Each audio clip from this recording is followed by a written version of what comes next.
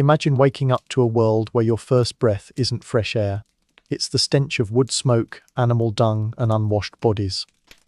Every morning began with a battle against the elements, and comfort was a foreign concept. How did people not just survive, but find meaning in such harsh conditions? Tonight, we're stepping into their shoes to uncover the gritty reality behind the romanticized past. So, before you get comfortable, maybe pull your blanket a little tighter. Take a moment to like the video and subscribe, but only if you genuinely enjoy what I do here, and let me know in the comments where you're tuning in from and what time it is for you. It's always fascinating to see who's joining us from around the world. That first step into a colonial home would hit you like a wall.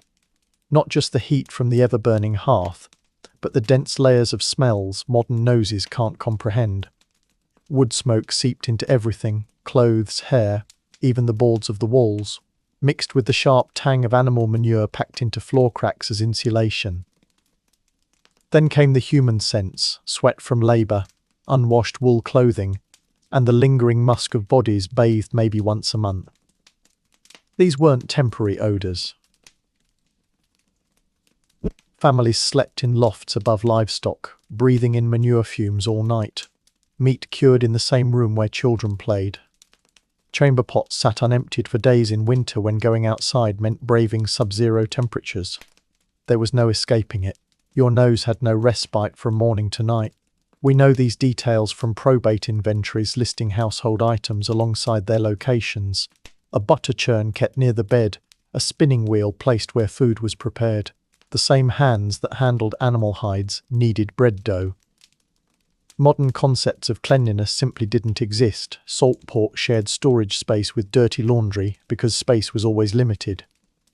People adapted because they had to. They learned to distinguish between dangerous smells, the sour tang of spoiled meat, and merely unpleasant ones, the greasy odour of tallow candles. Children grew up thinking this atmospheric soup was normal. Their noses never knew anything else. The smellscape shaped routines in ways we'd find bizarre. Baking bread on laundry day to overpower the lye soap's harshness.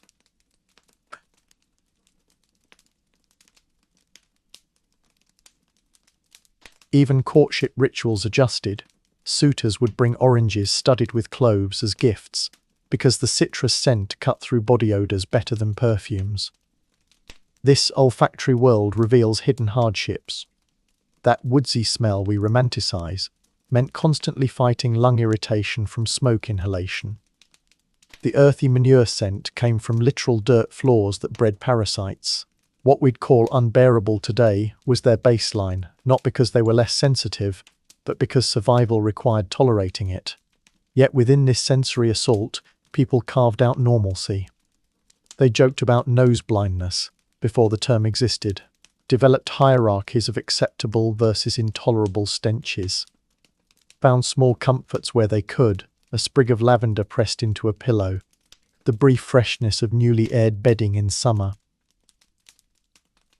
The smells also told stories visitors understood immediately. A vinegar tang meant pickling underway. Overpowering smoke suggested meat preservation. Even body odours communicated who worked indoors versus labourers.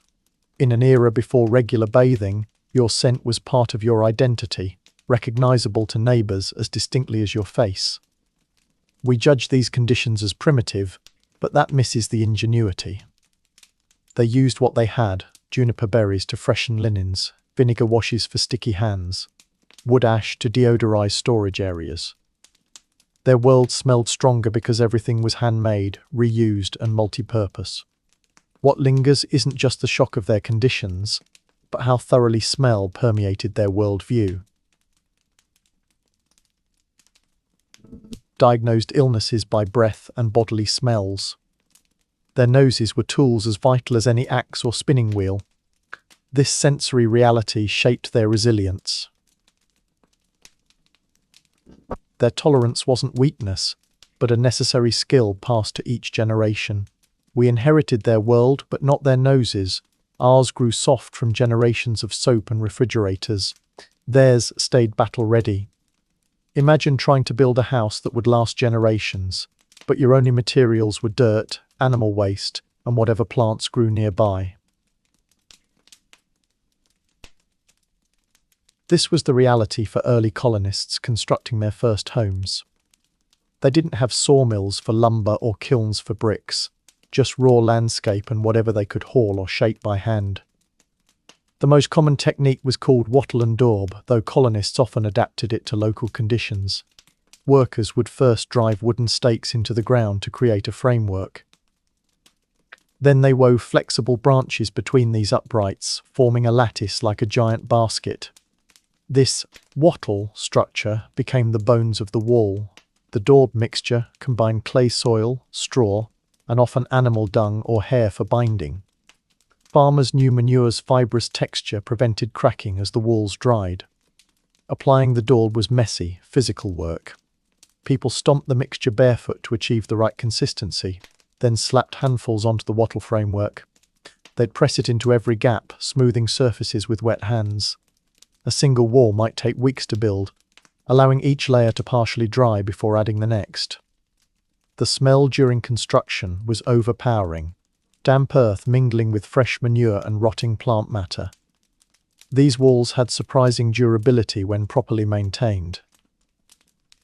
The dung acted as a natural water repellent, while the straw prevented shrinkage cracks. In dry climates, walls could harden like low-grade concrete, but they remained vulnerable to prolonged rain, requiring regular patching with fresh daub. Homeowners often whitewashed the interiors with lime mixtures to brighten rooms and deter insects. Construction became a community effort. Neighbours would gather for raising bees, where teams assembled frames while others prepared daub. Children carried water from nearby streams to keep the mixture workable. Elderly members braided straw or collected dung while sharing techniques remembered from European villages. Every hand had a role, from teenage boys cutting saplings to women blending the perfect daub consistency through experience. The process reflected colonists' pragmatic adaptability. In New England, they added crushed oyster shells to daub for extra mineral strength. Southern settlers mixed in pine needles for better insulation against heat. Where clay was scarce, people experimented with cattail fluff or even shredded bark as binding agents. Each region developed variations based on available materials, creating distinct regional styles now studied by architectural historians. These homes were far from waterproof or draft-proof. Morning light often entered through hundreds of tiny cracks between the daub and wattling. Insects nested in the walls' crevices. Residents grew accustomed to the constant scritching of beetles and mice moving inside their house's structure.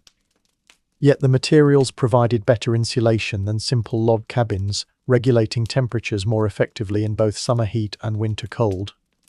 Inside, the walls remained slightly alive for years. Humidity made them exhale earthy smells. Heat caused subtle expansion and contraction sounds, quiet pops and creaks that became the house's voice. Residents learned to distinguish harmless settling noises from concerning cracks indicating needed repairs. The walls themselves became teaching tools, with parents pointing out how different layers had held up over time to instruct children in maintenance skills. Thatching roofs completed the system. Long grasses or reeds were layered like shingles, often secured with more woven branches. A well-made thatch roof could last 30 years, though it required annual maintenance to remove rot and add fresh material. The combination of earthen walls and organic roofing created structures that breathed with the seasons, expanding and contracting naturally instead of fighting the elements. What seems primitive today was ingenious for its circumstances. These houses used zero imported materials, required only basic tools, and could be repaired indefinitely with locally sourced components. Their construction techniques had evolved over centuries in Europe, refined by generations of peasants who also lacked access to quarries or lumberyards. The methods weren't crude. They were time-tested solutions to specific environmental challenges. The knowledge resided in people's hands as much as their minds. Experienced builders could judge soil quality by rubbing it between fingers, or predict a wall's durability by smelling the dung mixture. Apprentices learned through doing, their clothing stiff with dried mud by day's end. This hands-on wisdom created structures that anchored communities for decades, proving resilience isn't about perfection, it's about making what works with what you have. One spark meant the difference between survival and catastrophe in colonial homes. The hearth wasn't just for cooking, it was your furnace, stove, light source and protector against freezing temperatures. Letting that fire die invited consequences we can't fully grasp today. No matches meant reigniting flames required tedious spark strikes or borrowing coals from neighbours, sometimes through waist-deep snow. Winter nights turned deadly without constant heat. Families clustered near hearths as frost crept up walls, their breath visible even indoors. Children's fingers turned white, handling pewter dishes that chilled to freezing temperatures. The elderly sometimes didn't wake up if the fire failed. Colonists knew stories of travellers found stiff in beds after a single night without flame. Cautionary tales reinforcing fire's sacred status. Maintenance was relentless. Someone, usually a child, given the tedious task, nursed flames through the night, adding precisely sized logs at exact intervals. Too much wood wasted precious fuel. Too little risked embers fading before dawn. They banked fires with ashes to slow burning overnight, a skill requiring practice to master. One colonial diary describes a father beating his son for letting flames die during a snowstorm. Not cruelty, but terror disguised as discipline. Charcloth linen scraps burned until carbonized, caught sparks easily.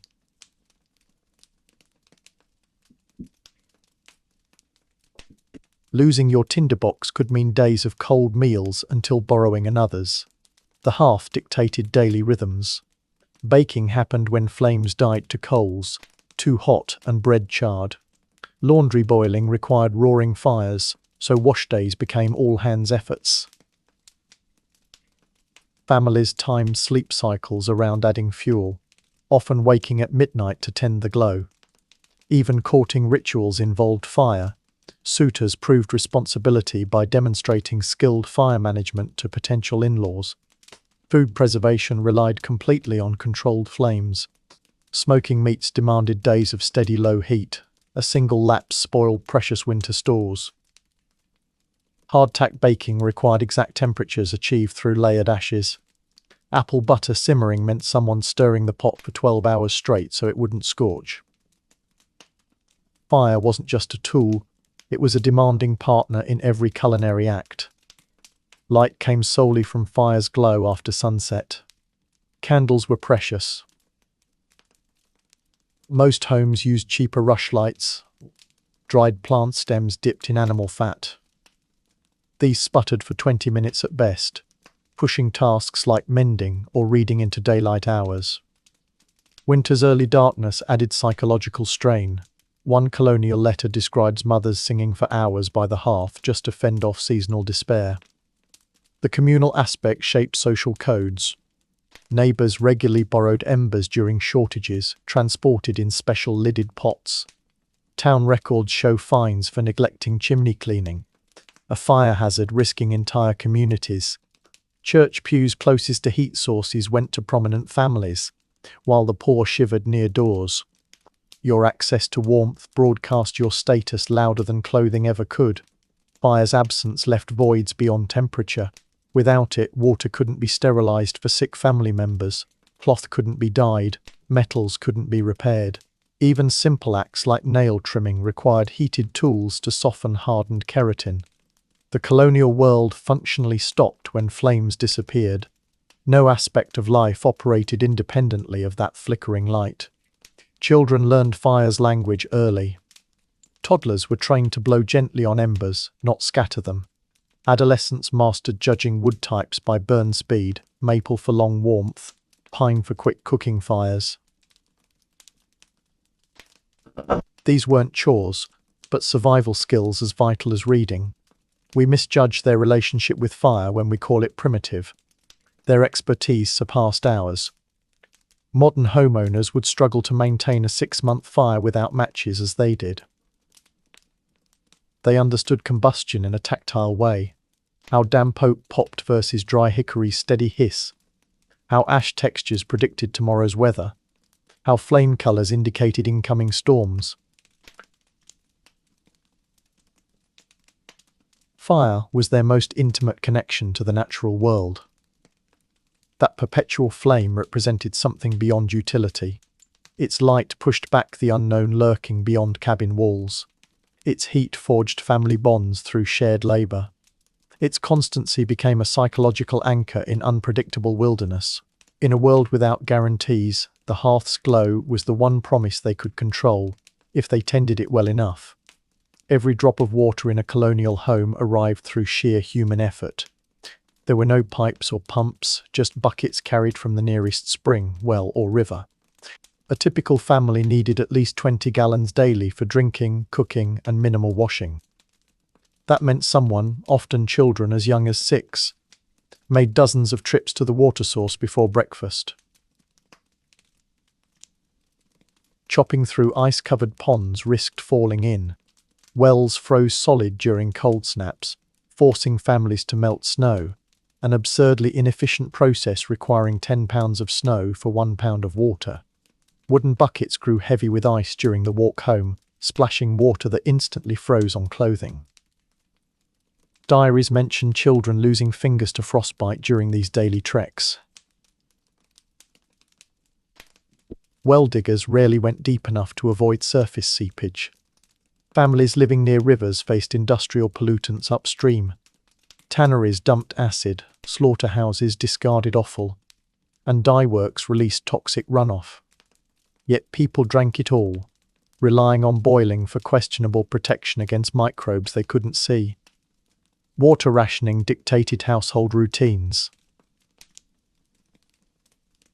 Clothes washing happened quarterly at best, using the same bathwater for multiple loads. Cooking reused liquid whenever possible. Vegetable boiling water became soup base. Meat drippings turned into gravy. Even dishwashing followed strict protocols. A first scrub in ash-laced water. A quick rinse in cleaner water, with careful pouring to conserve every ounce. Stored water developed distinct personalities. Rain barrels added a woody taste. Well water often carried sulphurous notes. Cisterns bred mosquito larvae that had to be strained out. People grew accustomed to visible sediment settling in their mugs. Yet they prized certain sources. Some New England villages maintained guarded sweetwater springs reserved for brewing tea, their locations kept secret from neighbouring towns. Those who could afford lead pipes from rooftop cisterns flaunted indoor washrooms. Merchant inventories reveal patterned porcelain basins for affluent households, useless luxuries to families hauling buckets. Servants in big homes spent hours fetching water just for their employers' weekly hair washings, while labourers bathed maybe twice a year. Villages organised around water logistics. Towns without reliable wells collapsed fast. Records show abandoned settlements where dug wells turned salty. Court documents reveal neighbour disputes over diverted streams or contested spring rights. Churches positioned baptismal fonts centrally so the congregation could witness this extravagant pouring of precious clean water. Children learned early that spilled water meant real consequences. Toddlers trained with miniature buckets. Pre-teens mastered balancing yoke-carried vessels without sloshing. Games involved guessing water volume by slosh sounds. One punishment for misbehaving youths involved fetching water with a sieve, teaching the futility of waste through cruel physics. Water scarcity reshaped hygiene norms. A sponge bath meant literally using a sea sponge dampened with a teacup of water. Dentifrice recipes omitted water entirely. People rubbed teeth with soot or salt. Laundresses became alchemists, mixing urine for ammonia, bleaching and experimenting with ash saponification. Cleanliness wasn't about immersion, but strategic spot treatment. The constant shortage bred innovation. Homemade filters used layered sand and charcoal. Gardeners arranged dew-collecting stone piles. Housewives developed rainwater harvesting systems with diverted roof runoff. These weren't hobbies but necessary experiments. Getting water wrong meant dysentery, failed crops, or textile work ruined by mineral-heavy washes. Weather patterns dominated conversation in ways we'd find obsessive. A 2-week drought wasn't inconvenient. It was existential. Families timed pregnancies to avoid summer births when water sources ran lowest. Travelers carried water debts, owing hosts replacement buckets for what they consumed.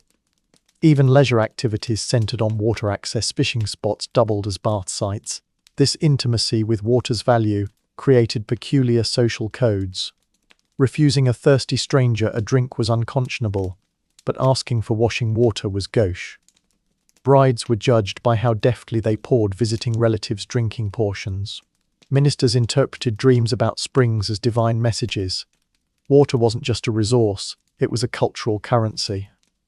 We misunderstand their relationship with hydration when we call it primitive.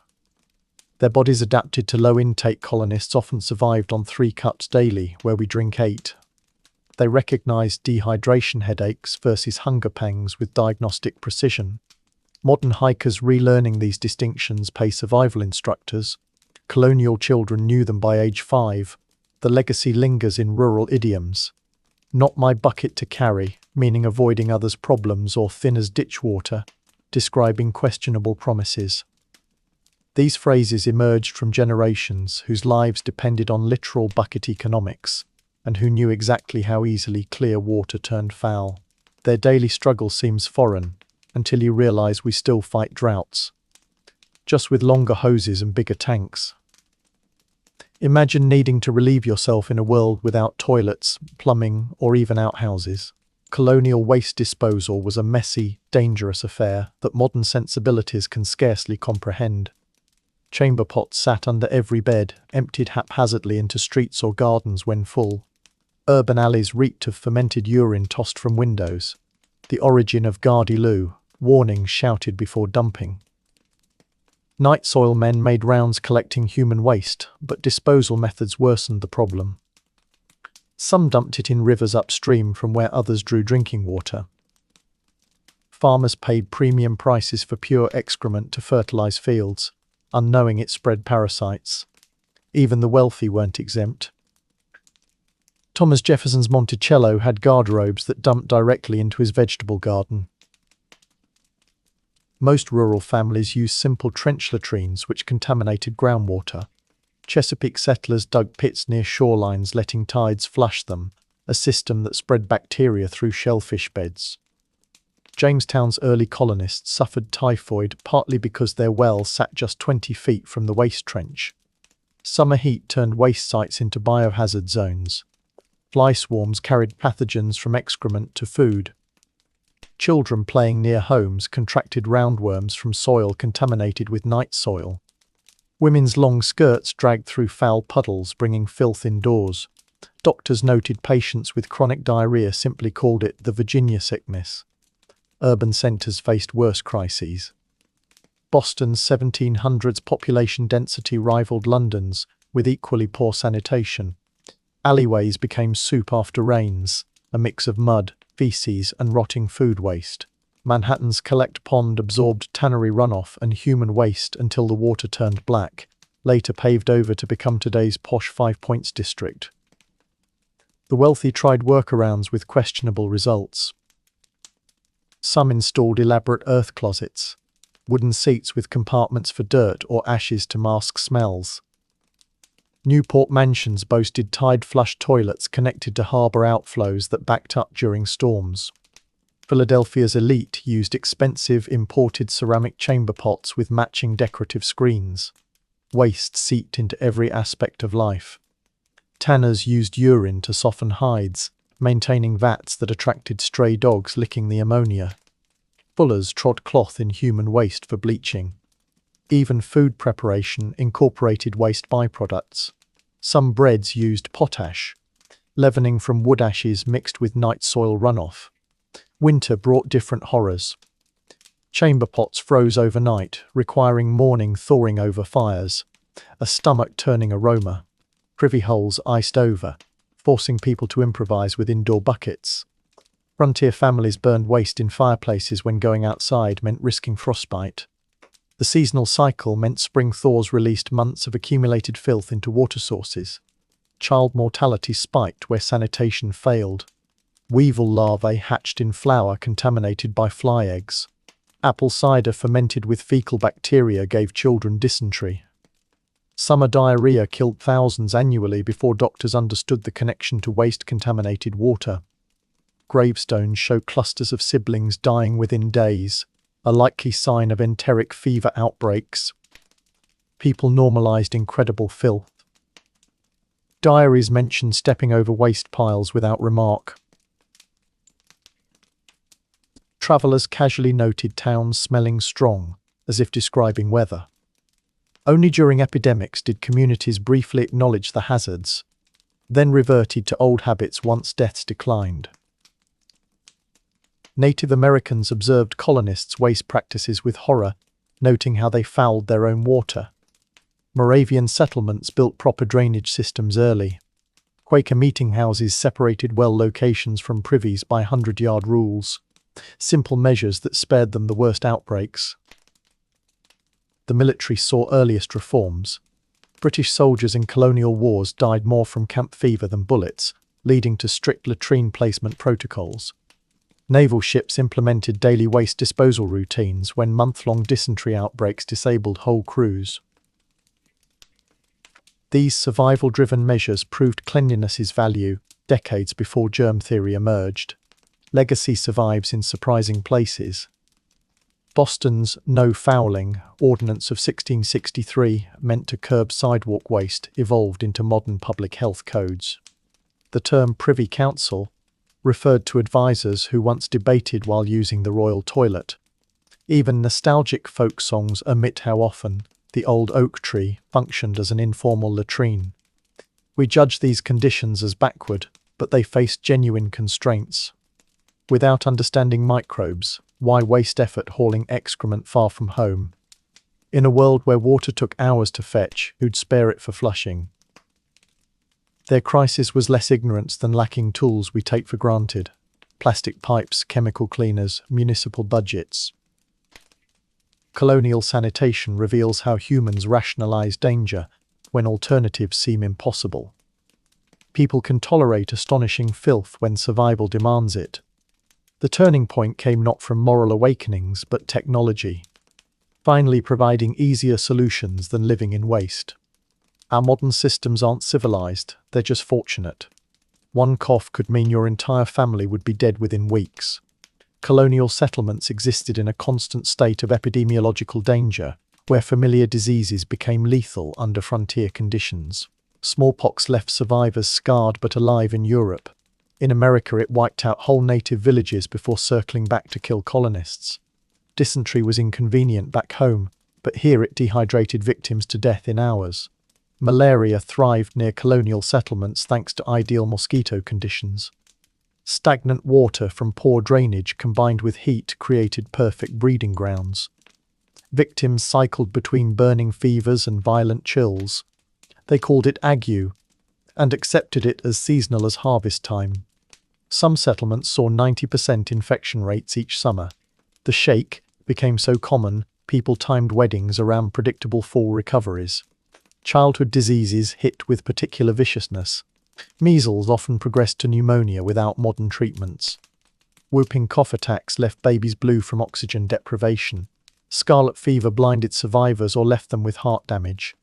Graveyard surveys show families routinely lost 3 or more children before any reached adulthood. Parents gave subsequent babies the same names as dead siblings.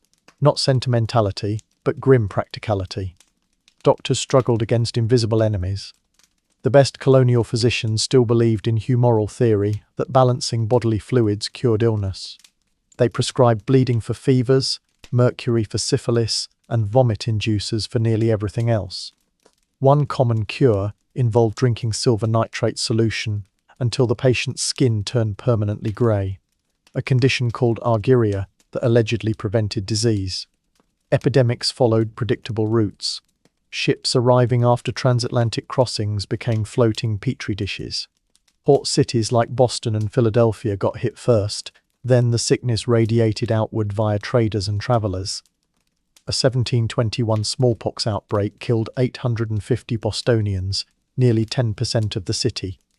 Wealthier colonists fled to country homes, unknowingly carrying the virus to new victims.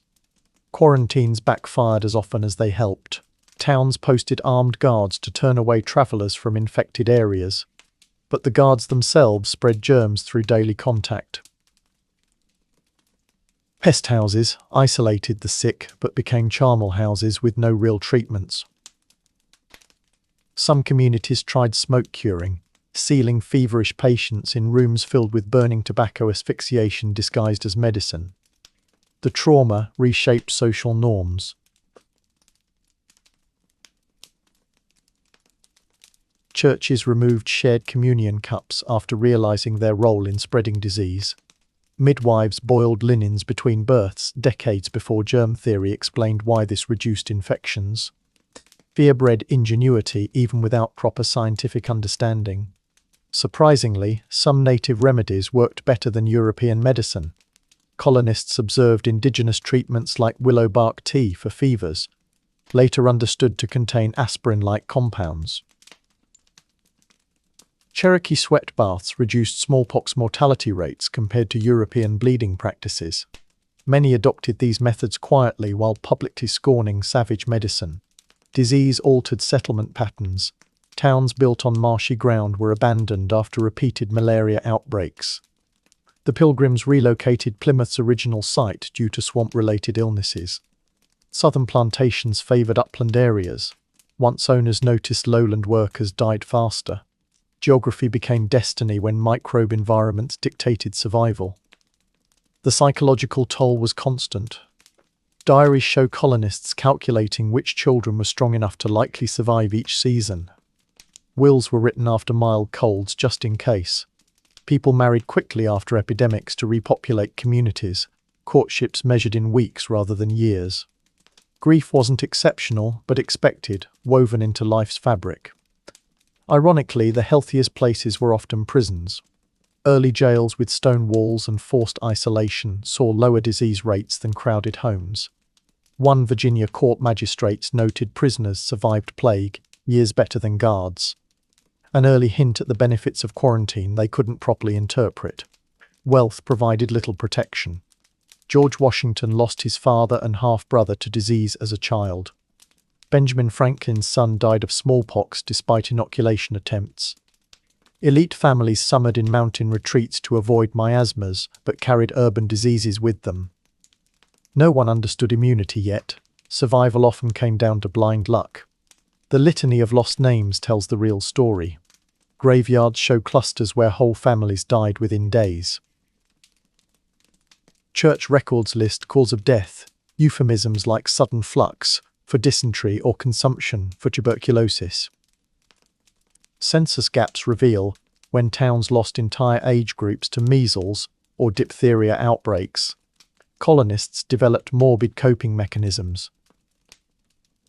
They joked that children were on loan until proven sturdy. Funeral sermons emphasized community loss over individual grief. People wore rings containing locks of hair from multiple dead relatives. Not macabre, but practical when everyone routinely lost loved ones. This ever-present mortality shaped their worldview differently than ours. They valued community continuity over individual longevity. Children worked young because tomorrow wasn't promised. Religious fervor spiked after epidemics, not just from fear, but the visceral understanding of life's fragility. Our modern medicine creates psychological distance from death they never knew. The legacy lingers in odd places. You couldn't escape them. Lice were a constant companion in colonial life. Every head of hair hosted at least some of these parasites, and clothing seams hid entire colonies. People accepted itching as a normal bodily function, like blinking or breathing. The wealthy suffered just as much as the poor, their powdered wigs providing ideal hiding spots for nits. Delousing was a regular household chore. Families gathered in daylight where mothers and older sisters would methodically comb through hair with fine-toothed lice combs.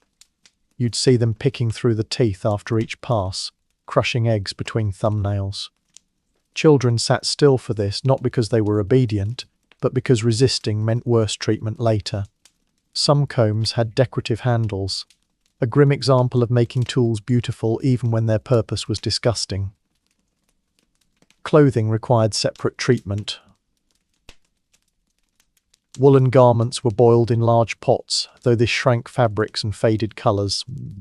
Linen held up better, but still needed frequent scrubbing with harsh lye soap. Bedding got dragged outside and beaten with sticks, sending clouds of lice and flea eggs into the air. Housewives marked calendars for these cleaning cycles, knowing any delay meant exponential growth in their unwelcome guests.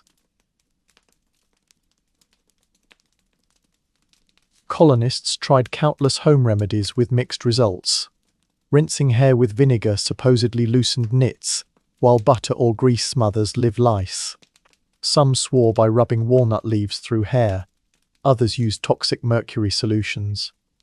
The truly desperate applied kerosene, a dangerous gamble between killing parasites and burning scalps. None provided lasting relief, because reinfestation happened immediately after treatment. Public spaces spread lice relentlessly. Church pews transferred parasites between worshippers.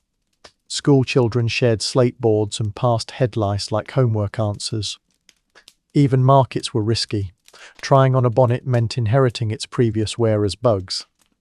People developed a resigned attitude, joking that if lice ever went extinct, half the population wouldn't know what to do with their hands.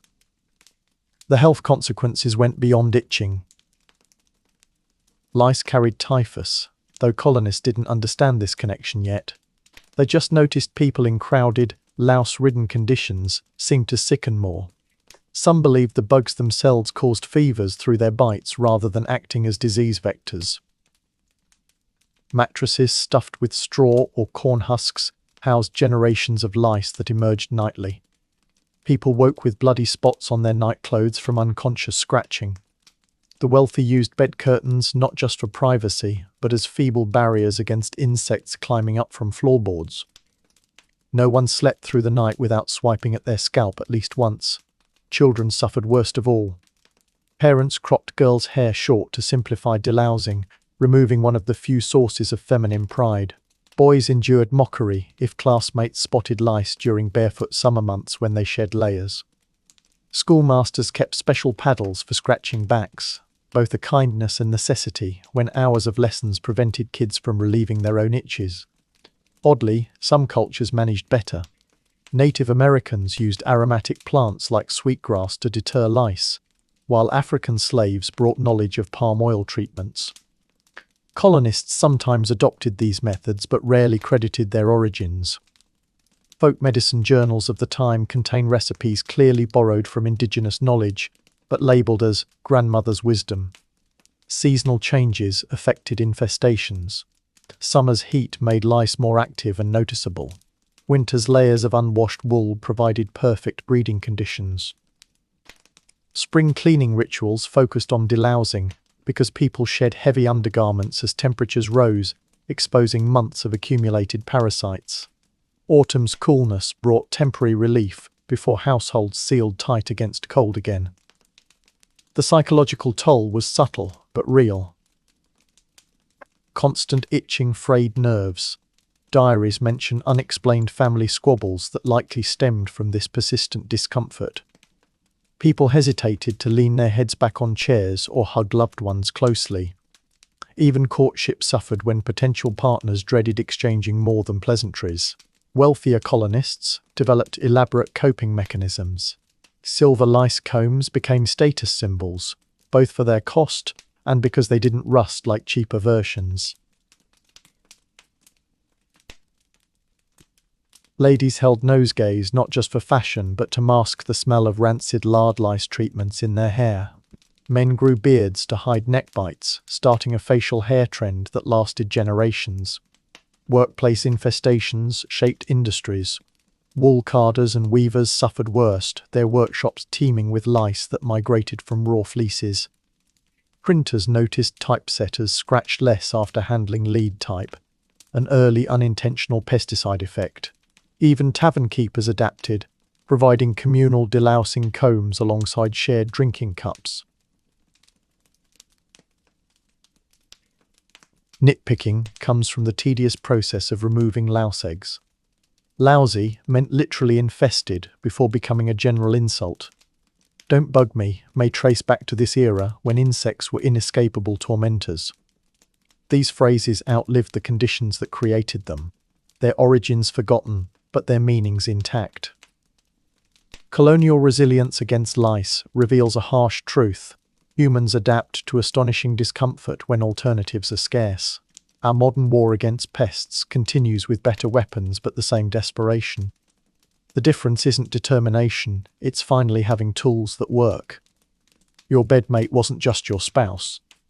It might be a chicken nesting in the corner or a piglet tied to the bedpost. Colonial homes doubled as barns, with animals living literally inches from where people ate and slept. This wasn't some quaint pastoral scene. The reality was a cacophony of clucks, bleats and snorts competing with family conversations all day and night.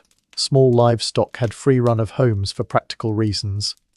Chickens pecked at crumbs and provided constant fresh eggs. A greased pig near the hearth could be grabbed quickly if predators attacked at night.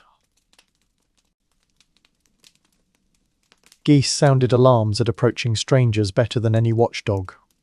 But this convenience came at a cost. The same goose that warned of visitors also hissed at children and left droppings near food preparation areas. The line between working animal and pet blurred constantly. A favourite milk cow might get brought inside during blizzards, chewing its cud by the fireplace. House cats earned their keep killing mice, but also curled up in children's laps. Even working oxen received names and occasional treats when they performed well. Yet sentimentality never outweighed utility. That beloved pet chicken became Sunday dinner if times got hard enough. Winter forced extreme measures. Families in northern colonies sometimes kept newborn lambs in wooden crates near kitchen fires to prevent freezing. Cellars housed dairy cows when temperatures plummeted, their warm breath helping prevent stored vegetables from freezing. The wealthy weren't exempt. George Washington's Mount Vernon records show prized hounds sleeping in mansion corridors during cold snaps. Night brought its own challenges. Rustling straw and animal noises made sleep difficult until exhaustion took over. Rats drawn by stored grain scurried across sleeping faces. Children learned to ignore the sounds of chickens roosting above their beds, though occasional midnight droppings still caused shouts. The ever-present fleas and lice found new hosts among the animal residents, creating year-round infestations. Animal care dominated the daily schedule. Milking happened before breakfast in summer, by lantern light in winter. Evening feedings couldn't be skipped even during illness or bad weather. Children, as young as 5, collected eggs, often getting pecked for their efforts. Women balanced cooking with tending poultry flocks that outnumbered family members 10 to 1. Men mucked stalls before heading to fields. There was no farm work separate from housework when everything shared the same space. Diseases jumped species barriers constantly. Milkmaids contracted cowpox from their charges, giving them accidental smallpox immunity long before vaccination was understood. Families occasionally caught parasitic worms from sharing quarters with livestock. Butchers developed strange rashes from handling sick animals, unknowingly exposing themselves to anthrax and other zoonotic diseases. Wealthier households tried separating animals through architecture, with limited success. Summer kitchens kept some livestock away from main houses, until winter forced everything indoors again. Carriage houses stored horses slightly farther from living quarters, but their flies and manure still affected daily life. Even elite women's diaries complain about constantly muddy hems from walking through barnyards to supervise dairy work. The smells permeated everything.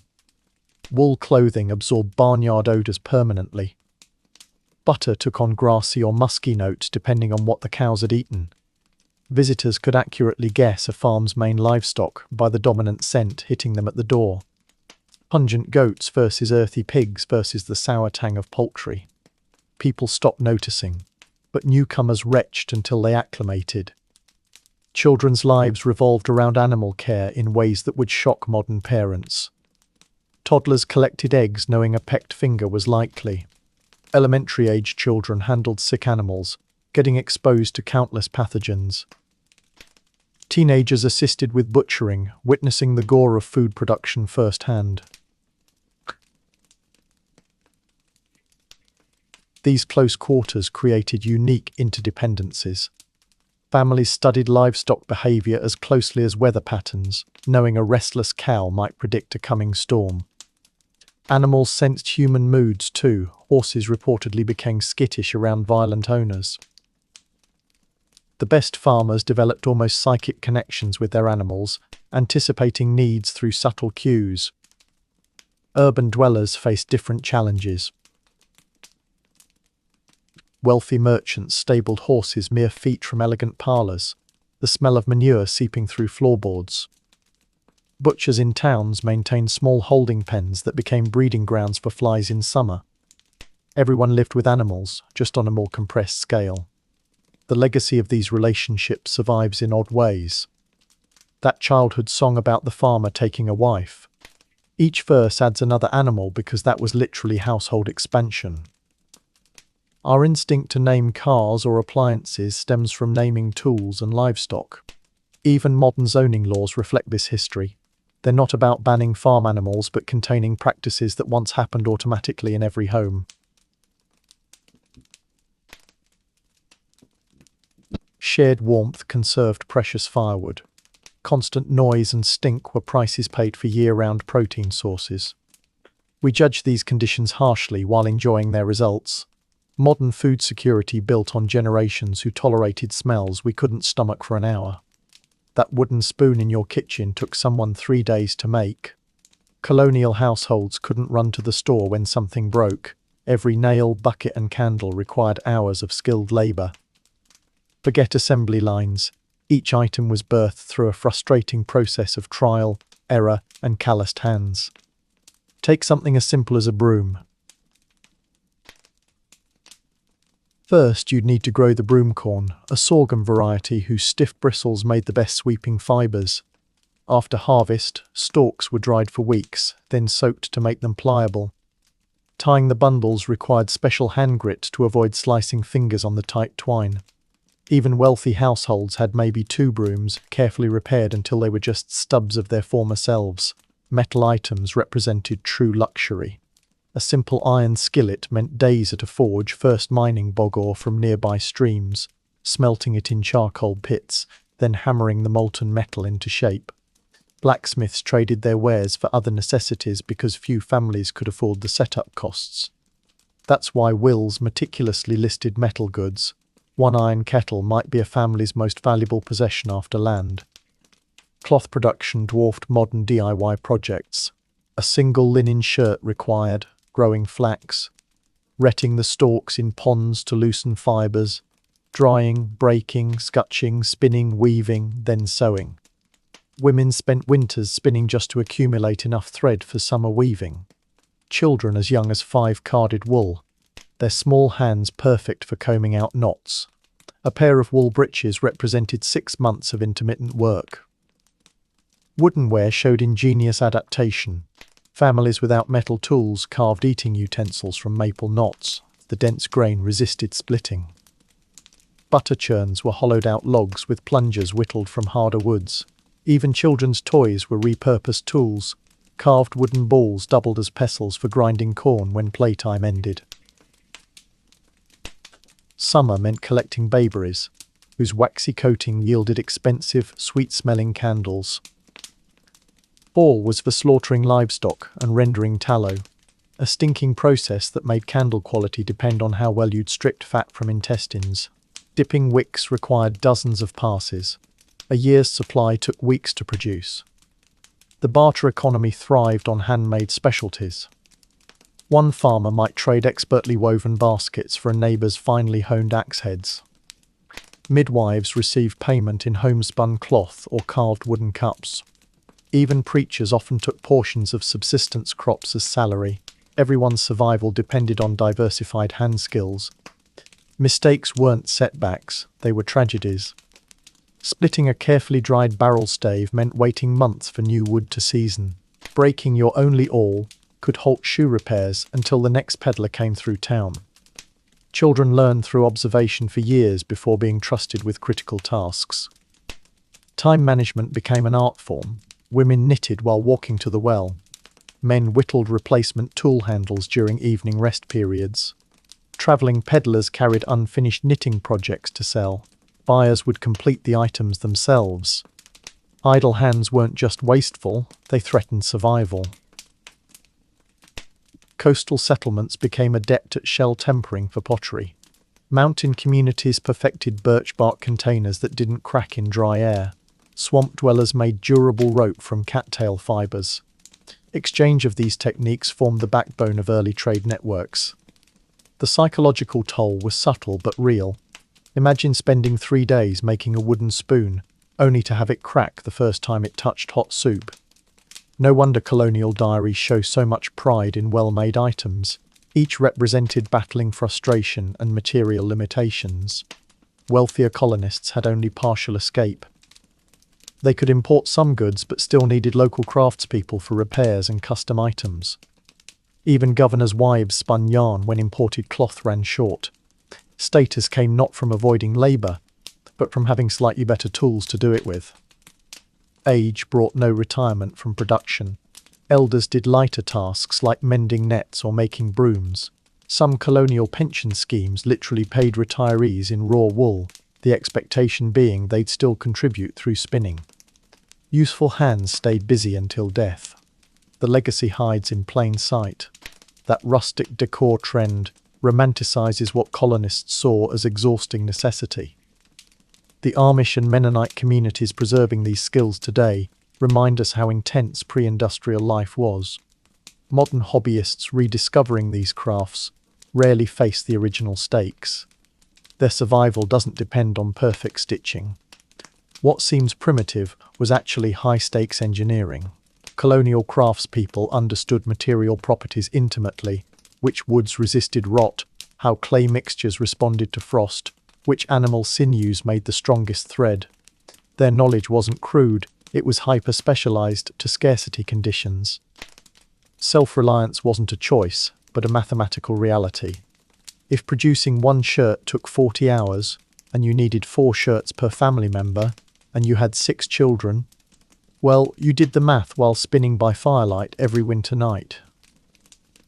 Factory production didn't just make things cheaper, it bought back lifetimes. Imagine having to completely reorganize your life 4 times a year. Colonial survival depended on reading nature's signals like a meteorological spreadsheet. Miss one cue and your family might not eat. Spring wasn't just flowers blooming, it was a frantic race to plant before soil dried out.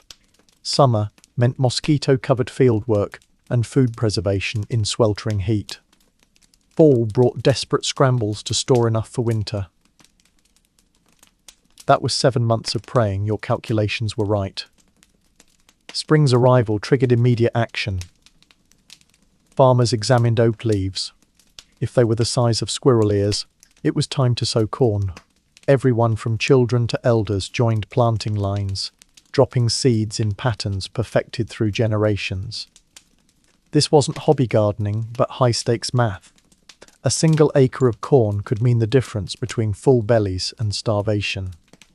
Women simultaneously launched herb gardens for medicines while men repaired winter-damaged fences, all knowing late frosts could still wipe out early efforts.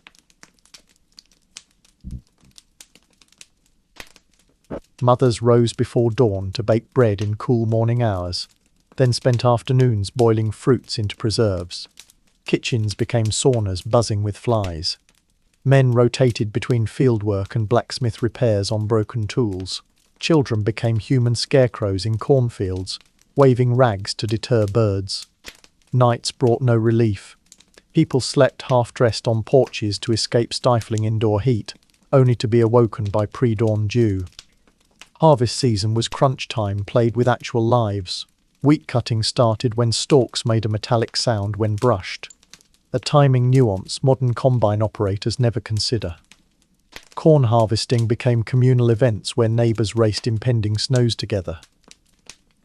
The sound of axes felling winter firewood echoed for miles. Everyone knew the stakes. Diaries mention families working harvests, despite smallpox scabs, because missing the window meant starvation. Winter wasn't cozy snow days, but siege conditions. Families moved into single, winter rooms, clustered around hearths while other chambers froze solid. Root cellars required constant monitoring. One thaw could spoil a year's food stores. Children studied by firelight not for ambience, but because winter daylight was reserved for essential chores. Even church services halted when temperatures dropped. Ministers knew frozen ink in baptism records meant it was too cold to travel. Weather prediction was life or death skill. Colonists studied almanacs, but also observed nature's cues. Thick corn husks meant harsh winters. Early bird migrations signaled early springs. Farmers planted certain crops when willow leaves uncurled, others when frogs began singing. These weren't old wives' tales, but sophisticated phenological observations modern agronomists are only now rediscovering. Seasonal diseases required different preparations. Spring's wetness brought respiratory illnesses. Households stored extra mullein leaves for lung teas. Summer's heat meant intestinal ailments. Women kept sourdough tinctures ready for dysentery. Autumn's harvest injuries required yarrow poultices for wounds. Winter's confinement spurred toothache remedies from dried chamomile stocks. Medicine wasn't seasonal by choice but necessity. Clothing systems adapted dramatically. Summer linens gave way to layered woolens with precise insulation. Too many layers caused sweat that froze at night. Blanket coats lined with deer hide appeared when oak leaves fell. Children's clothes were sized up for winter padding, saying garments cinched tight in summer. Footwear changed completely. Leather shoes in dry months gave way to snowshoe, like creepers for icy paths. Food preservation methods rotated like military operations. Spring's surplus milk became cheese wheels, aging in cool cellars. Summer's fruit turned into preserves sealed with mutton fat. Autumn's meat was salt-cured or smoked in chimneys. Winter's root vegetables stayed buried in straw-packed pits. Each method had failure points. Colonists monitored constantly. One cracked cheese wheel could mean months without protein. The psychological toll was profound. Seasonal affective disorder wasn't diagnosed but understood. Diaries describe winter's melancholy humours. Spring brought anxiety over planting decisions with no do-overs. Summer's exhaustion birthed short tempers. Court records show assault charges peaking during harvest stress. Only autumn offered brief celebration before winter's grim countdown resumed. Animals' seasonal rhythms dictated human ones.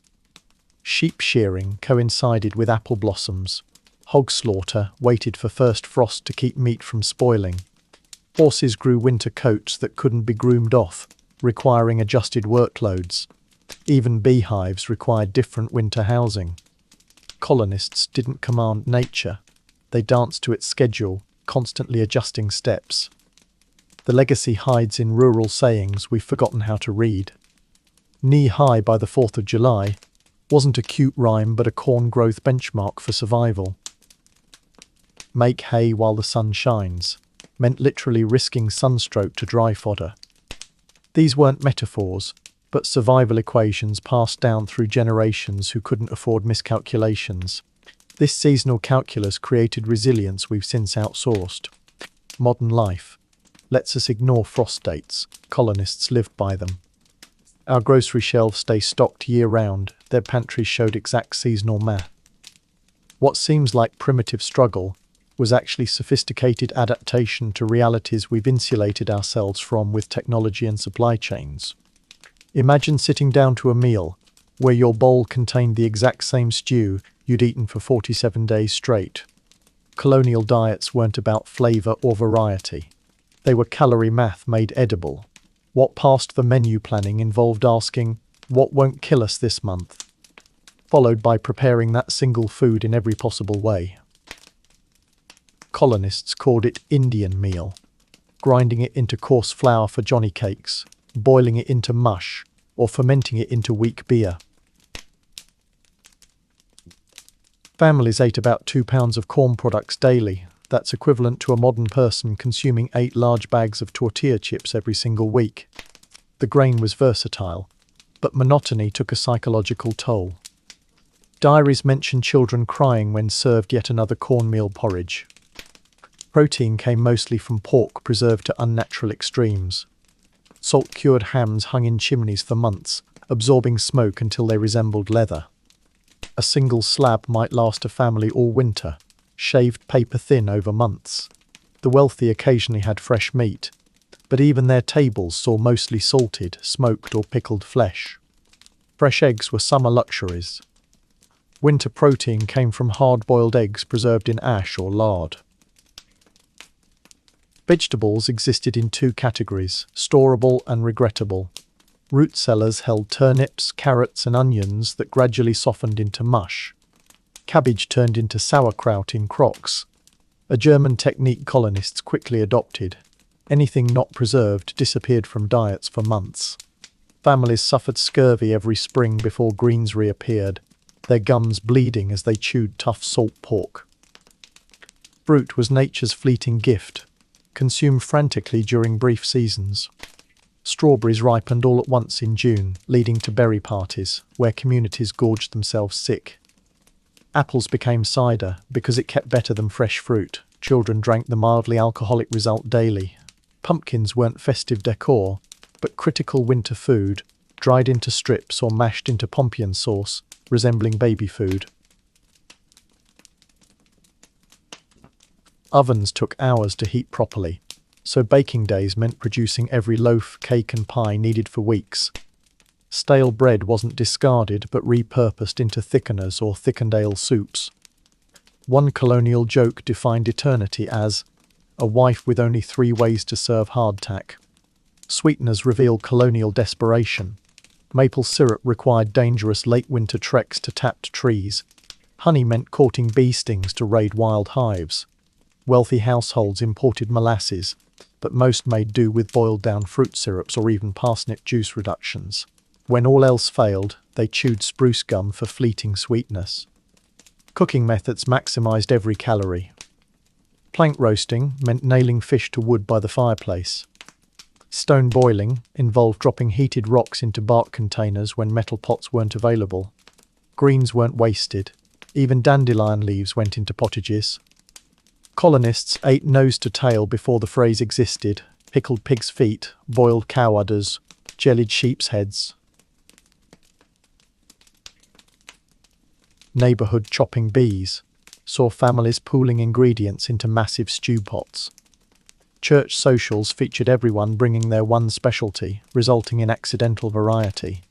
Even funerals became food-sharing events, with mourners contributing scraps to feed grieving families. Nutritional deficits shaped bodies differently. Protein shortages led to pot bellies on otherwise thin frames, the telltale sign of a corn-heavy diet. Brittle bones from calcium deficiency made fractures common. Teeth ground down from gritty cornmeal wore out by middle age. The few who avoided these fates often succumbed to rich foods when they could finally afford them. Gout killed many aspiring elites. Seasonal extremes altered diets dramatically. Late winter became starving time. When reserves ran low, families boiled moccasins for collagen. Spring's first greens caused stomachaches as shrunken guts adjusted. Summer's bounty sounds pleasant until you imagine eating only cucumbers for 2 weeks, because they're the one thing ripe. Preparation labor dominated women's days. Shelling a bushel of corn took 4 hours. Churning butter required 45 minutes of relentless motion. Preserving a single ham meant weeks of rubbing it with salt mixtures. There were no quick meals. Every bite demanded hours of processing first. The psychological impact lingers in old recipes. Measured instructions say, take 12 pounds of flour, because cooking happened at punishing scales. Cookbooks assume readers know how to butcher game or test meat freshness without refrigeration. Meal planning meant asking, what can we bear to eat daily for months? Not, what sounds good tonight? What seems Spartan was actually strategic. Colonists ate for survival, not pleasure, their diet engineered to deliver maximum calories with minimal spoilage. Our modern variety would have shocked them as sheer decadence. Their meals were fuel for relentless labour, not experiences to post about. The legacy hides in regional foods we now call comfort dishes.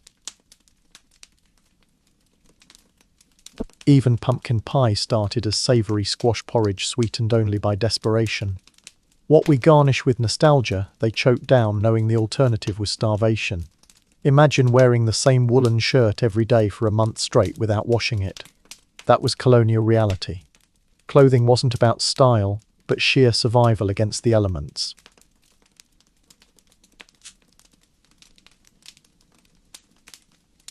Your outfit was essentially a wearable shelter, designed for durability over comfort, with layers that barely changed season to season. The daily uniform started with scratchy linen undergarments that never softened, no matter how many washings they endured. Over that came wool layers, breeches and waistcoats for men, long skirts and bodices for women that trapped heat but also lice. Outerwear consisted of crude leather, or poorly tanned hides that stiffened in cold weather. There were no specialized garments like raincoats or winter jackets. You simply added more wool layers until you stopped shivering. Breaking in new clothes was literal torture. Stiff hide shoes required weeks of blisters before conforming to feet. Woolens itched constantly until body oils softened them, which took months. Children's handmade shoes were sized up to last year's, meaning kids shuffled in oversized footwear until their feet filled the gaps. The wealthy suffered too. Their finer fabrics still relied on the same primitive tailoring techniques. Laundry happened rarely, for good reason. Washing required hauling and heating dozens of gallons of water, then scrubbing with lye soap that ruined fabrics. Wool garments couldn't be washed at all without shrinking.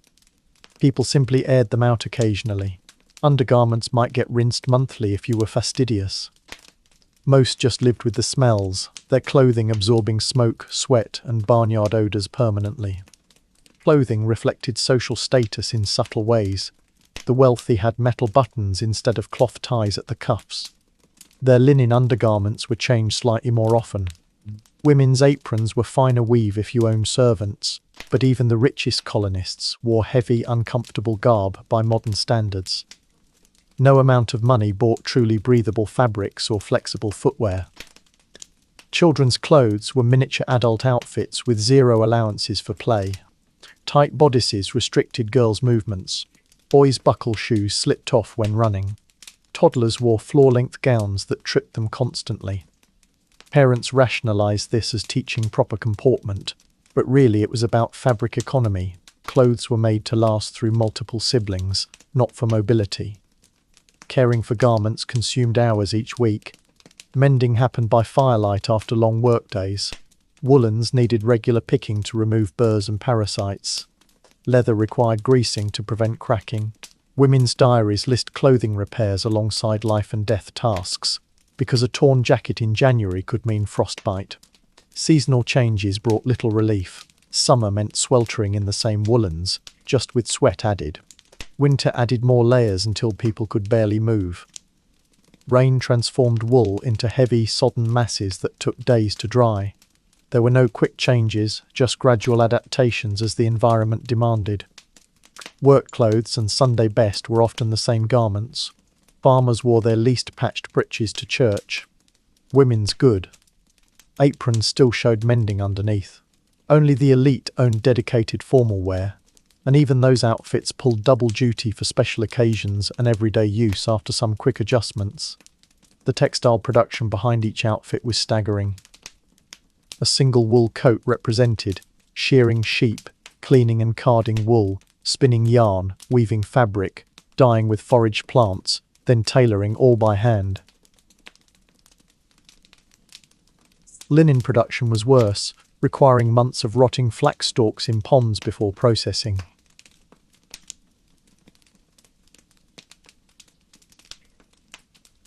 Clothing expressed identity within harsh limits. Quakers wore undyed wool as moral statement. Servants sported their masters' cast-offs. Sailors adopted loose trousers for practicality despite Puritan disapproval. But these variations all happened within the same uncomfortable, heavy material realities everyone endured. Footwear posed special challenges.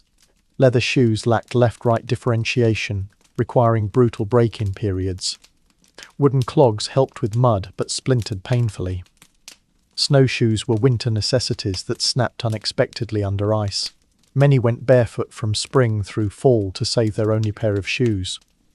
The psychological impacts were subtle but real. Diarist wrote of Sunday melancholy, when donning stiff formal wear after a week in work clothes. Children dreaded new shoes knowing pain was coming. Everyone itched constantly from wool and lice, yet complaining was pointless when no alternatives existed. Special occasion dressing revealed hidden tensions. Wedding outfits might be borrowed from wealthier neighbours then returned. Mourning clothes were dyed black using iron-rich mud that ruined fabrics. Even baptismal gowns, supposedly joyful garments, were often made from repurposed burial shrouds in poorer families. Women's stays, early corsets were boned with whatever was handy: wood, reeds, even rope, and laced painfully tight while doing physical labour. Men's neck stocks, pre-tie neckwear, constricted breathing during farm work. These weren't fashion statements but social necessities signalling respectability through suffering. Colonial clothing created resilience we've lost.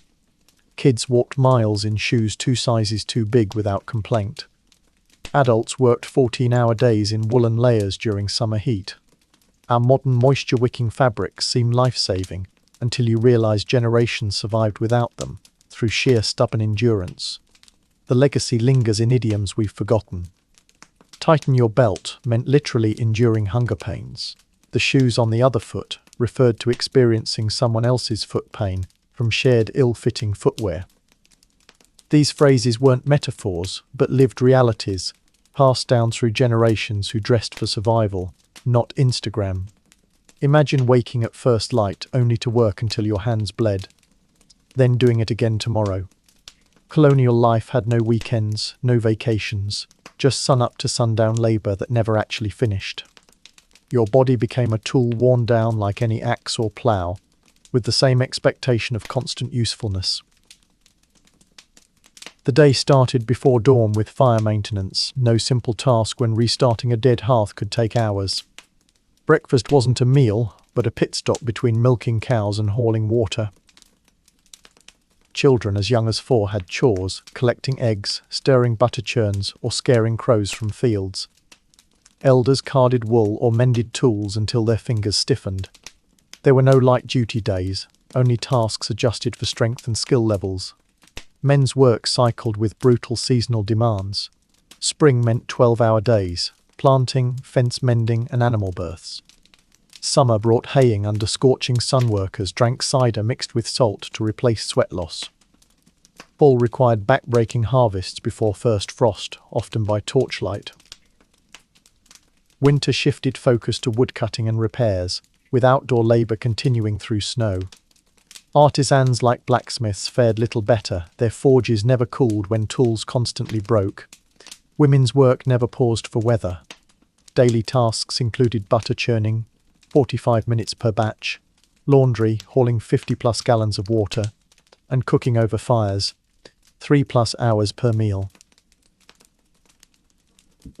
Childcare happened alongside these jobs, infants strapped to backs during field work, or left with slightly older siblings.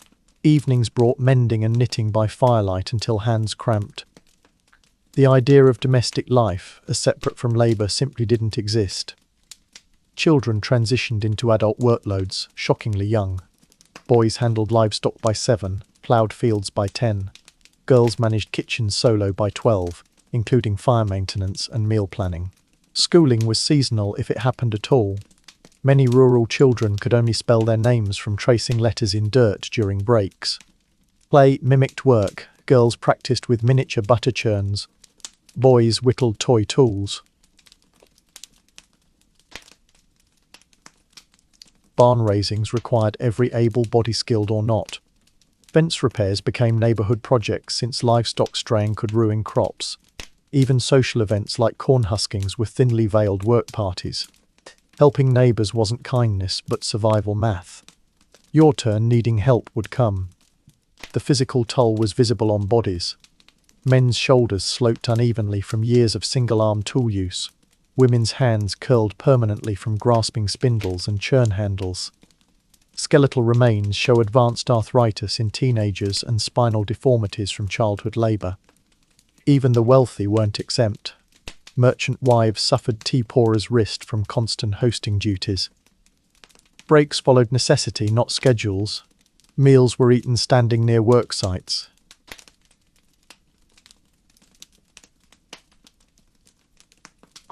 Rest happened when animals needed tending or tools required sharpening. Church services became rare respites, though many nodded off during sermons from sheer exhaustion. The concept of leisure time would have baffled most colonists. Seasonal extremes intensified the grind. Winter woodcutting risked frostbite during 15-hour days. Spring mud made every step a battle. Fall rains left harvesters shivering in soaked wool. There was no indoor retreat, just marginally less miserable versions of outdoor work. Nighttime wasn't rest, but different labor. Men repaired tools by firelight. Women spun thread or knitted stockings. Children cracked nuts for next day's baking. Even sleepless newborns got put to work, their cradle rockers often connected to butter churns. Families literally worked in their sleep, stirring apple butter pots or tending fire turns. The work week had no end. Sundays theoretically offered respite, but livestock still needed feeding and infants still demanded care. Day of rest just meant different tasks, mending clothes instead of ploughing, baking communion bread rather than field rations. True inactivity happened only during illness or injury.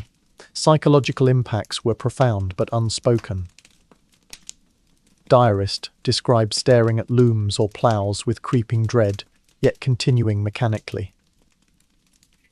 Parents trained children to hide exhaustion lest neighbors judge them lazy.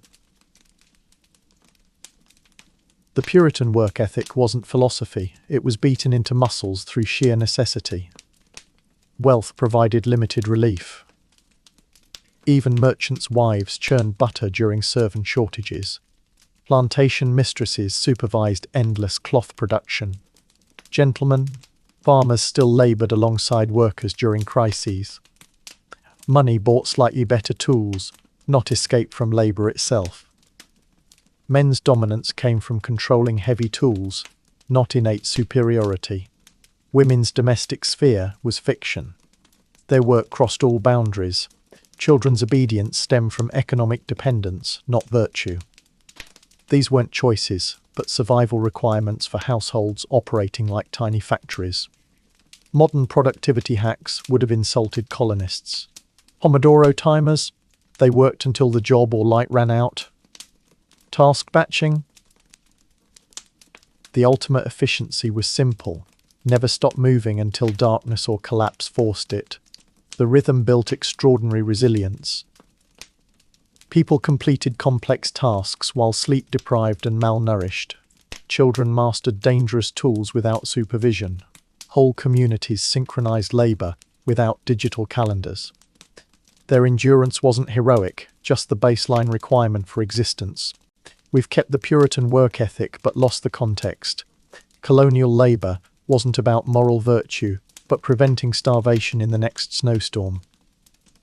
Our 40-hour weeks seem grueling, until you realize their version was sunrise to sunset, every day, for a lifetime.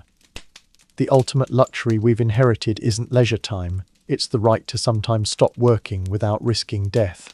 Going it alone in colonial America wasn't just lonely, it was suicide. The moment your cabin door closed, survival odds plummeted. Isolation meant no one hearing if you broke a leg fetching water, no extra hands when fever left you shivering, no borrowed seed corn after raccoons raided your stores. This was life on the razor's edge, where even strong families stood one bad week from ruin. Communities formed around shared vulnerability. The first winter at Plymouth killed half the settlers. The survivors only made it by pooling every scrap. Colonists quickly learned that hoarding meant watching neighbours starve, then facing spring planting short-handed. Church records show congregations expelling members not for heresy, but for refusing to help with harvests. Morality was practical, sharing wasn't kindness, it was arithmetic. Work parties became lifelines. Barn raisings mobilised entire towns. Men hefted beams while women cooked communal meals, and children hauled nails. Corn huskings turned necessity into social events, with songs and gossip sweetening the labour. Even house construction was collective. Surviving contracts show neighbours trading carpentry days like currency.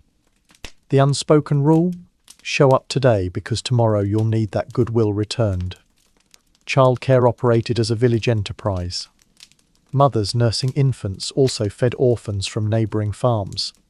Older children cared for younger ones while parents worked, creating de facto daycares in flax patches and berry thickets. Schooling happened in rotating homes, with literate parents teaching all community children, no matter whose roof they slept under. Disaster response was neighbour-fueled. When fires broke out, buckets passed hand to hand, forming human pipelines to water sources. Sick relatives got watched over by rotation families taking 12-hour shifts to spoon-feed broth. Blizzard survival meant tunnelling between houses to share warmth and food until storms passed. Isolationists didn't last. Diaries mention lone families succumbing to mishaps.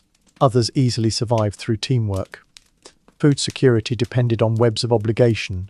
A bad wheat harvest here got offset by another family's surplus corn, carefully logged in reckoning books, tracking who owed whom. Meat preservation was communal. Hod butchering days saw multiple families working together to render lard, smoke hams, and share organ meats that spoiled fastest. Even herb gardens were planted with neighbours' needs in mind. You grew extra sage knowing the widow Brown relied on it for her joint pain. Knowledge transfer happened through forced collaboration. Master blacksmiths took apprentices not for profit, but because towns needed metal workers. Midwives trained teenage girls not by choice, but because birth complications demanded extra hands. Elderly farmers dictated planting schedules to young couples, their memories of past droughts and blights serving as living almanacs. Specialization was impossible. Everyone needed wide competency because the next crisis might require your backup skills. Town records show fines for skipping work bees, sometimes paid in precious salt or iron nails. Families hoarding during shortages faced ostracism verging on banishment. Courts ordered neighbours to rebuild houses for those who'd helped them previously. These weren't punishments, but survival protocols. Communities that tolerated free riders collapsed. Ironically, slavery and servitude complicated this cooperation. Wealthy plantation owners still relied on poor white neighbours for defence against rebellions. Indentured servants joined work bees alongside those who owned them, creating uneasy alliances.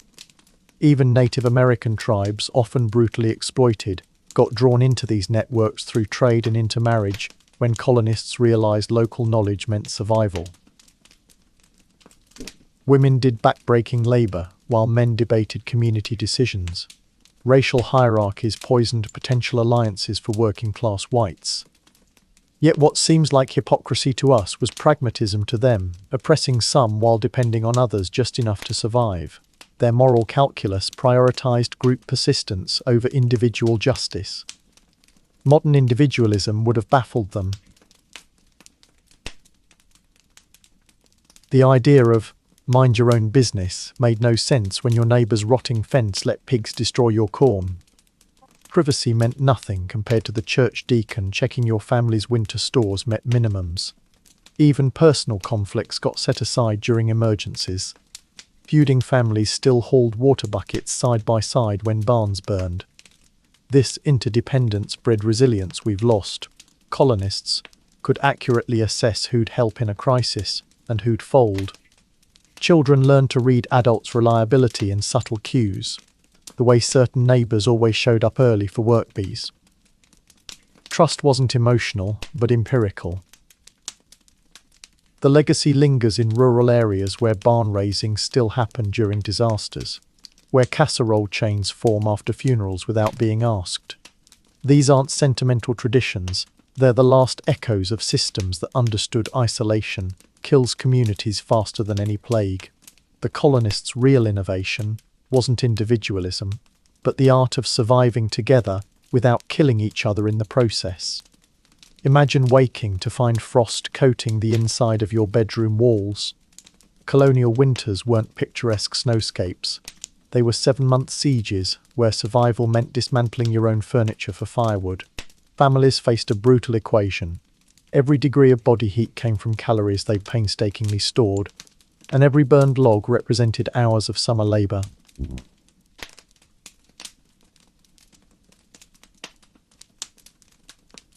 Preparation started in August. Women packed herbs between woolens to inhibit moths, knowing winter offered no chance to reweave damaged cloth. Children collected birch bark strips, nature's perfect fire starter, while leaves still clung to trees. Housing transformed into survival pods. Families abandoned most rooms to cluster in winter kitchens around the hearth. Beds moved closer together until parents, children and servants slept in shared warmth like stacked firewood. Some kept livestock in adjacent stalls. The animals' body heat raised temperatures just enough to prevent freezing. Windows got stuffed with straw or boarded over entirely, leaving homes dark even at noon. Heat retention became a science of desperation. Families slept under layer upon layer of woven coverlets. Colonies later taxed households based on how many they owned. Stones heated in fires, then wrapped in cloth, became bed warmers, though many woke to find them icy by midnight. The wealthy hung tapestries, not for decor, but because wool wall coverings trapped marginally more warmth than bare planks. Clothing doubled as portable shelter. Winter wardrobes swelled to 4 times summer bulk, woolen shirts under waistcoats under cloaks. Leather shoes gave way to fur-lined moccasins copied from native designs. Even children's clothes got stuffed with extra layers. Toddlers waddled like penguins under the weight of their winter padding. Frost formed on eyebrows indoors when temperatures plunged below zero. Food stocks dictated who lived or died. A single family could require 40 bushels of grain to last until spring. About 2,000 pounds hauled by hand from harvest to cellar. Root vegetables stored in dirt pits froze anyway, requiring careful thawing near fires. Dried beans became winter protein, though many cracked teeth on stones missed during cleaning. The poorest ate clay bread, mixed with foraged acorns when supplies ran low. Basic hygiene became life-threatening. Washing hands meant risking frostbite from water that froze in seconds. Chamber pots sat unemptied for days rather than brave sub-zero outhouse trips. Lice populations exploded in unwashed woolens, leaving families itchy and infected from constant scratching. Even relieving yourself outdoors required strategy. Men learned to face away from wind to prevent urine from freezing midstream. The cold reshaped daily routines. Baking happened only when ovens could pull double-duty heating rooms.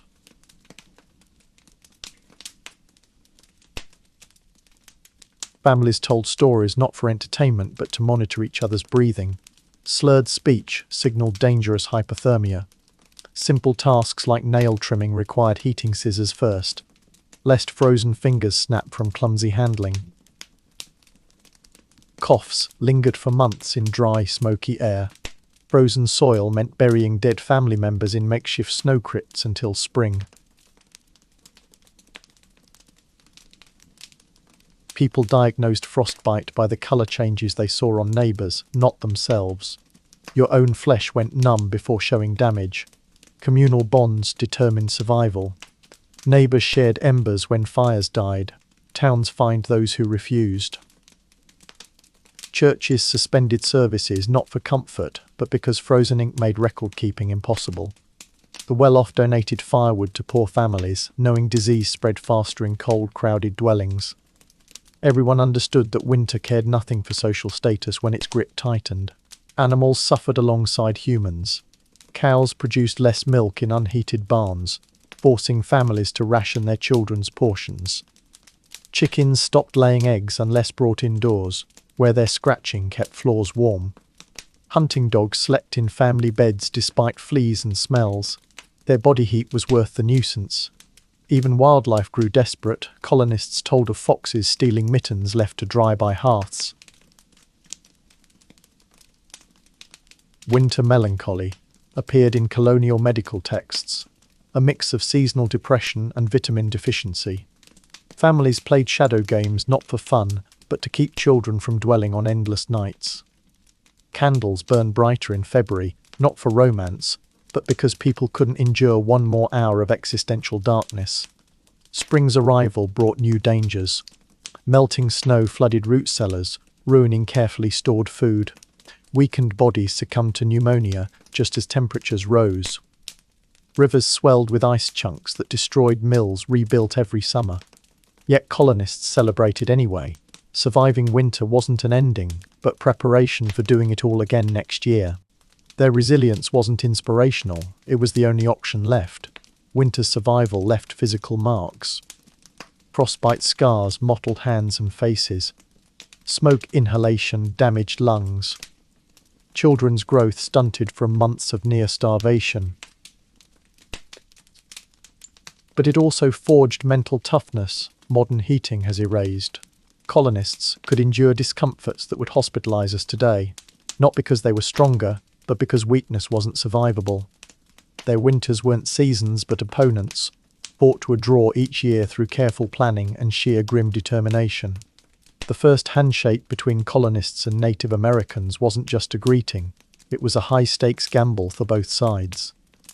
Imagine trying to communicate with people whose concept of land ownership sounded like madness to you, while secretly worrying they might kill you in your sleep. Early contact balanced on this knife's edge of mutual need and deep distrust. Native tribes saw the colonists as potentially useful trading partners, until they became existential threats. Trade initially bridged the cultural divide. Deer pelts swapped for iron knives created uneasy interdependence. A single metal axe head could process as much wood as 20 stone tools, revolutionizing native construction. Colonists gained corn-growing techniques that prevented starvation.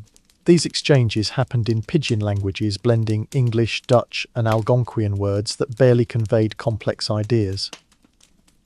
Both sides pretended not to notice when the other cheated in deals. Short-term peace mattered more than fairness. Cooperation happened alongside simmering tensions. Pilgrims celebrated the first Thanksgiving with Wampanoag allies in 1621, yet built fortifications facing those same allies by 1622.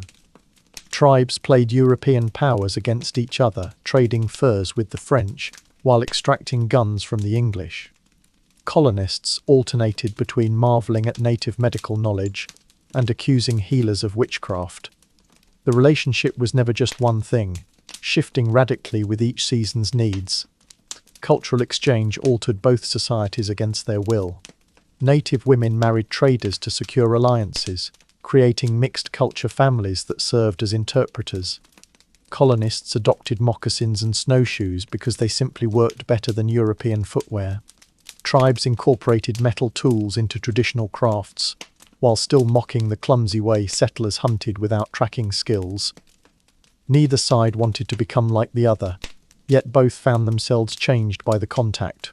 Land disputes poisoned everything. Colonists thought they were purchasing permanent ownership with treaties. Tribes saw these same deals as temporary usage agreements. When settlers fenced fields and denied access to ancestral hunting grounds, violence erupted. Massacres like the 1637 Pequot War showed how quickly trade partners could become extermination targets. Surviving records suggest some colonists regretted the brutality until the next land grab made it convenient to forget. Tribal leaders expected ornate gift exchanges to cement agreements. Colonists derided these as bribes. European-style written contracts meant nothing to oral cultures, while native symbolic gestures baffled settlers. Wampum belts woven with intricate patterns recorded treaties nobody could quite agree on later. Both sides went through the motions knowing the understanding was paper thin. Daily interactions created strange hybrid customs. Fur traders adopted tribal dress for practicality while maintaining Christian identities. Native children taken as hostages sometimes became assimilated colonists, their native languages fading. Colonists copied herbal remedies while condemning the spiritual practices surrounding them. The cultural bleeding went both ways, despite official denials from each group's leaders. Disease acted as the silent conqueror. Smallpox and measles decimated native populations before most even saw a white face. Tribes interpreting epidemics as spiritual attacks sometimes turned on Christian converts, further fracturing communities. Mourning wars, traditional raids to replace dead kin triggered colonial retaliation against practices they didn't understand. The biological toll made military conquest almost unnecessary. Slavery complicated all relationships. Some tribes sold captured enemies to colonists as slaves, not grasping how the Atlantic trade differed from traditional captivity. Colonists enslaved natives during wars, then complained when tribes retaliated. Even allies couldn't navigate the escalating cycles of violence once the slave economy took hold. The moral lines blurred until nobody was clean. Surprising alliances flourished in the margins. Praying towns housed native converts who adopted European customs while secretly preserving traditions. Backcountry settlers sometimes joined tribes permanently, preferring their society to Puritan rigidity. These exceptions proved the humanity on both sides, even as the broader conflict hardened into genocide. The breakdown followed a predictable pattern: trade, land disputes, war, displacement. Yet their influence persisted in everyday colonial life. Canoe designs, corn varieties, place names marking someone else's ancestral home. The victors wrote the histories, but the land remembered what really happened. Nobody was wholly innocent or villainous in these encounters. Just people responding to threats and opportunities with the ethics of their time. What began as cautious curiosity curdled into mutual dehumanization, not because of inherent differences but from competition over shrinking resources. The tragic irony: both groups would have suffered less by cooperating fully, but neither could overcome their suspicions long enough to try.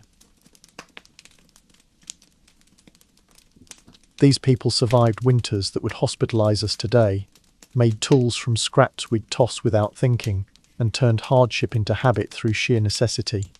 Their world had no safety nets, just calloused hands and the knowledge that quitting meant dying.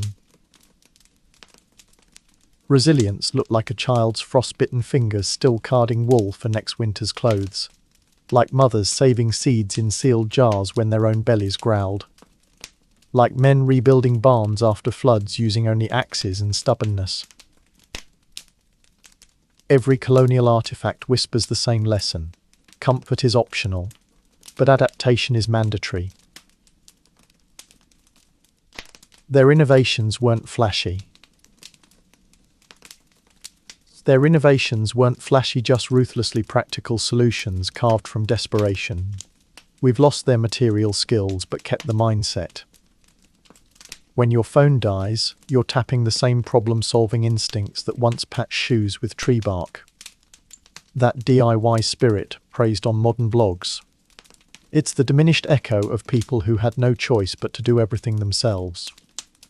Even our obsession with prepping and survival gear owes more to colonial instincts than we admit. We just buy our resilience instead of building it. Colonial problem-solving followed simple rules we'd recognize. Use what's on hand first, hence walls built from mud and manure. Fix things until they can't be fixed, then repurpose the pieces. Like quilts stitched from 50 worn-out dresses. When all else fails, borrow solutions from whoever knows better. Whether native snowshoe designs or African crop rotation tricks. These weren't ideals, but necessities when stores didn't exist, and imports took half a year. The psychological toughness fascinates most. Imagine spending 4 hours churning butter you won't taste for months, knowing it might spoil anyway.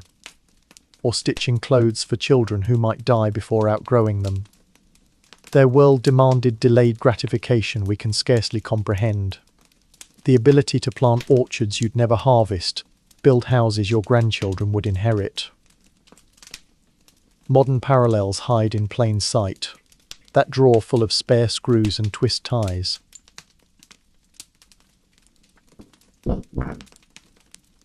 Colonial root sellers worked the same way, hoarding potentially useful scraps.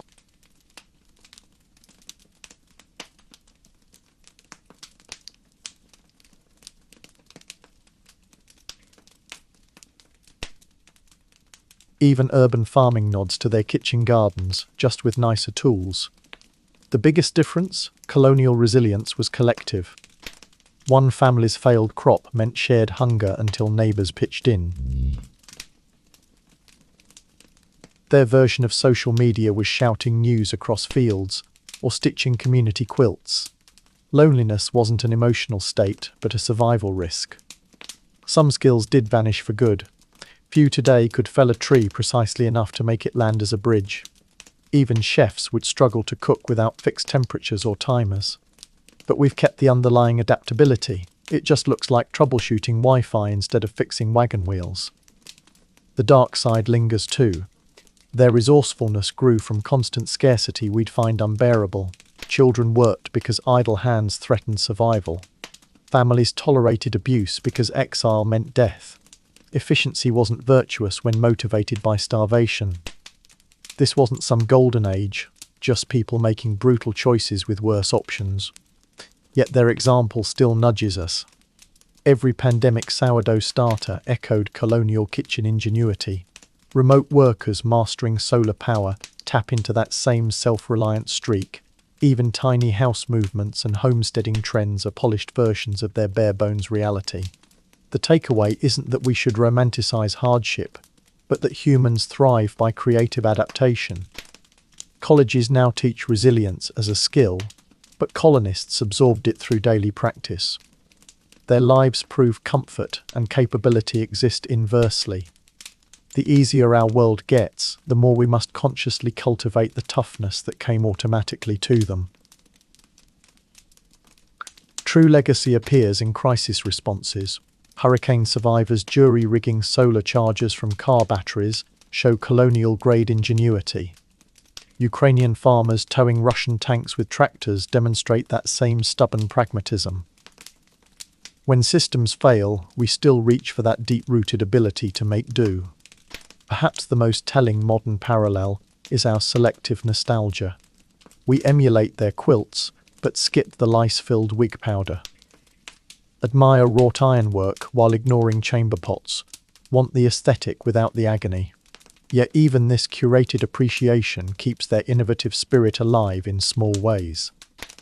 The final lesson hides in plain sight. Resilience isn't innate, but learned through relentless problem-solving. Colonial children didn't emerge from the womb knowing how to bank fires or splice ropes. They learned through constant high-stakes practice. Our challenge isn't recreating their hardships, but finding ways to cultivate that adaptive mindset without starvation as the teacher. Their world demanded skills we've outsourced to machines and supply chains. But when those systems stutter, we still reach for the same basic principles they lived by. Use what you have, fix what's broken, share what you can spare. Not because it's noble, but because it works. That's the real gift from their gritty, stubborn, endlessly resourceful lives. Proof that humans can thrive in conditions that should, by all rights, break them. The next time you jury-rig a solution with duct tape and prayer, remember, you're channeling spirits who built homes from mud and turned manure into insulation. Our tools got fancier, but the creative desperation remains familiar. What looks like hardship from a distance often reveals itself as humanity at its most stubbornly capable. So, colonial life wasn't just hard, it was a daily gauntlet that forged the stubbornness America still runs on today. Every time you flip a light switch or grab food from the fridge, you're benefiting from centuries of problem-solving, forced by sheer necessity. If you found this dive into gritty history illuminating, hit subscribe. I explore more uncovered chapters of the past that shaped our present. Next time your Wi-Fi's slow or your latte's not perfect, remember, your worst day would have been colonial paradise. Their relentless ingenuity built foundations we still walk on, even if we've paved over the mud and manure they started with.